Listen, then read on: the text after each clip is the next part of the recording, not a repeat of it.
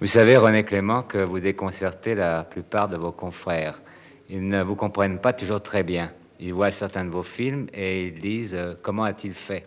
Ils pensent que vous devriez faire d'autres films que ceux que vous faites et peut-être que ce sont eux qui devraient faire les vôtres. À votre avis, pourquoi est-ce que vous les déconcertez? Vous êtes au courant de ça? Oui, en effet, je le vois en ce sens que ici en France, on semble moins me comprendre qu'à l'étranger. Il semblerait que c'est le fait de parler la même langue. Vous savez, c'est quand on regarde une couleur avec la même couleur. Maintenant, peut-être est-ce que cela vient de ce que j'essaye autant que possible de ne faire que ce qui me plaît. Il y a surtout, je crois, le miracle de Jeux interdits. Enfin, on n'est pas là pour faire une belle page d'histoire, mais ce film, tout le monde aurait voulu le faire. Or, c'est vous qui l'avez fait. Est-ce que vous sentiez en le tournant que vous réalisiez un chef-d'œuvre? Je ne peux pas dire que je pensais que je réalisais un chef-d'œuvre, mais ce dont je suis sûr que je peux dire vraiment, c'est que je savais que j'avais tourné quelque chose qui était important pour moi. Et ce film a failli ne pas se terminer. Il s'est terminé dans des conditions extrêmement dramatiques. Il est sorti dans des conditions extrêmement dramatiques. On en voulait beaucoup aux producteurs qui l'avaient fait. On essayait de l'achever. Et en l'achevant lui, on voulait achever mon film. Ça a été vraiment les petits Indiens. Mais pourquoi est-ce qu'il ne devait pas se terminer?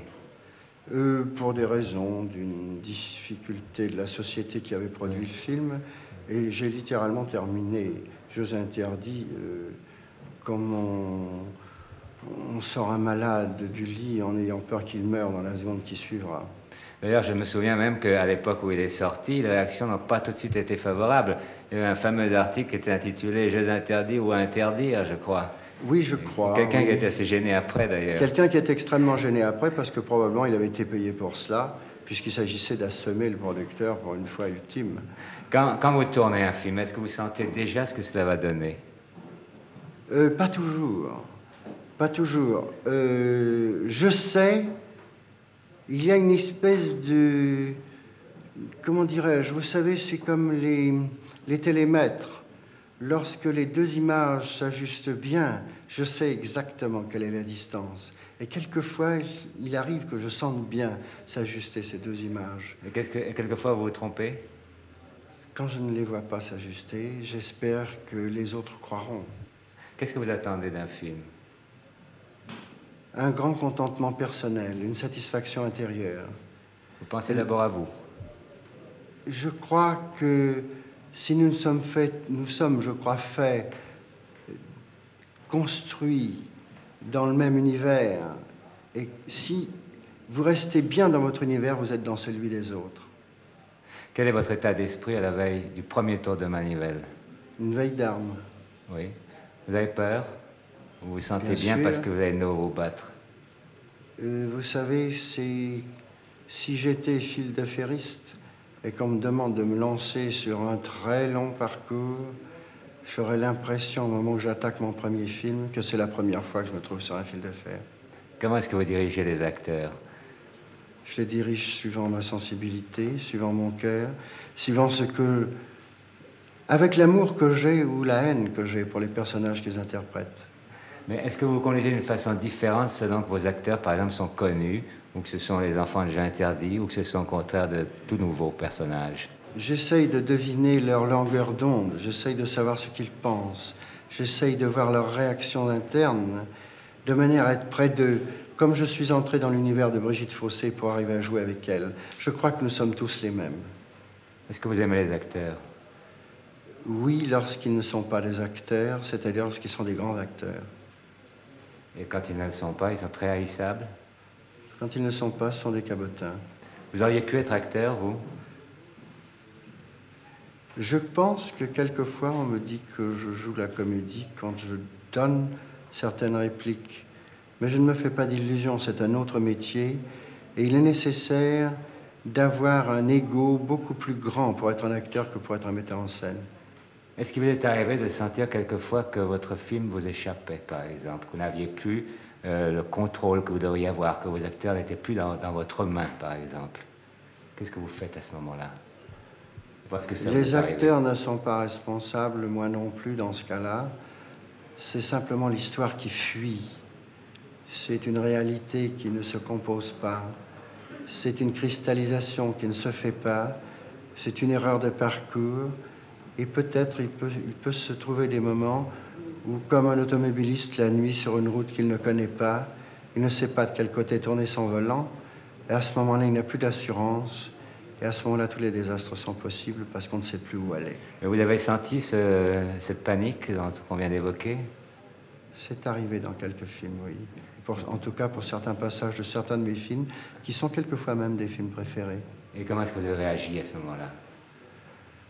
C'est un grand désespoir, c'est une grande anxiété, c'est la mauvaise humeur sur le plateau, c'est la recherche de la faute, c'est le sens de la culpabilité, c'est le désarroi, comme le joueur qui a perdu. Mais à ce moment-là, vous rentrez dans votre chambre, dans votre appartement, et vous essayez de faire le vide en vous pour repartir à zéro, pour reprendre tout le monde en main ou... Oui, reconsidérer les axes, que j'appelle revenir dans les axes, savoir ce que l'on veut et pourquoi on l'a voulu.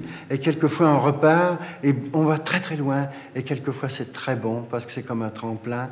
Et on répare une scène que je n'hésiterai pas à ce moment-là à retourner. Elle devient belle. De façon générale, la bonne humeur d'un acteur, d'une vedette, est une chose très importante pour qu'un film soit réussi. Mais cette bonne humeur, on l'obtient souvent que par la flatterie. Est-ce que vous Non, sacrifiez... non, je n'aime pas ce jeu-là. Il faut être directement associé à l'action, sans flatterie, sans exagérer les peines, sans exagérer l'amertume. Il faut être en face des difficultés, aborder l'obstacle de front toujours, pour tout le monde, que ce soit les acteurs, que ce soit pour nous. Est-ce qu'il est nécessaire d'être intelligent pour être metteur en scène? Il y a une théorie qui veut que ce ne soit pas utile. Je ne comprends pas. Je veux dire que certaines personnes pensent que l'intelligence la plus vive n'est pas nécessaire pour exercer un métier qui est finalement un métier technique. Ça n'a rien à voir avec la technique. Qu'est-ce que c'est que l'intelligence pour vous? L'intelligence, ce sont les intelligences. Il est connu que certains génies étaient extrêmement bêtes sur certains points et par contre inégalables sur d'autres. Quelle est la qualité d'intelligence qu'il faut pour faire un film?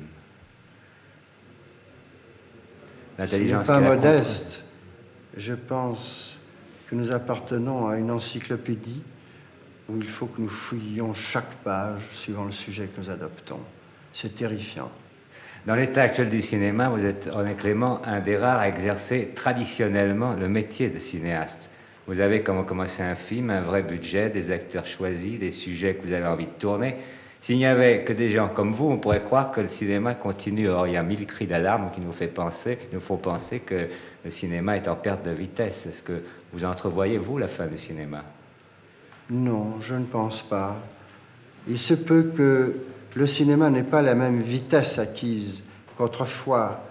Voyez-vous, j'ai fait un film qui m'a beaucoup appris de choses. Il s'appelait Gervaise. Et je me suis aperçu qu'il y a 100 ans, le peuple n'avait aucune espèce de distraction, aucune autre, que d'aller au café le soir pour fuir des logis malsains et trop étroits où trop d'enfants criaient, et qu'ils n'avaient guère que le café-concert, mais depuis ils ont eu le cinéma. Mais après le cinéma est venue la radio, après la radio, la télévision, et après les moyens de transport comme l'automobile, qui ont fait que les moyens de distraction, le standing, la possibilité de vivre mieux aujourd'hui est telle que le cinéma n'a plus le pouvoir qu'il avait autrefois, mais il reste un art et j'y crois.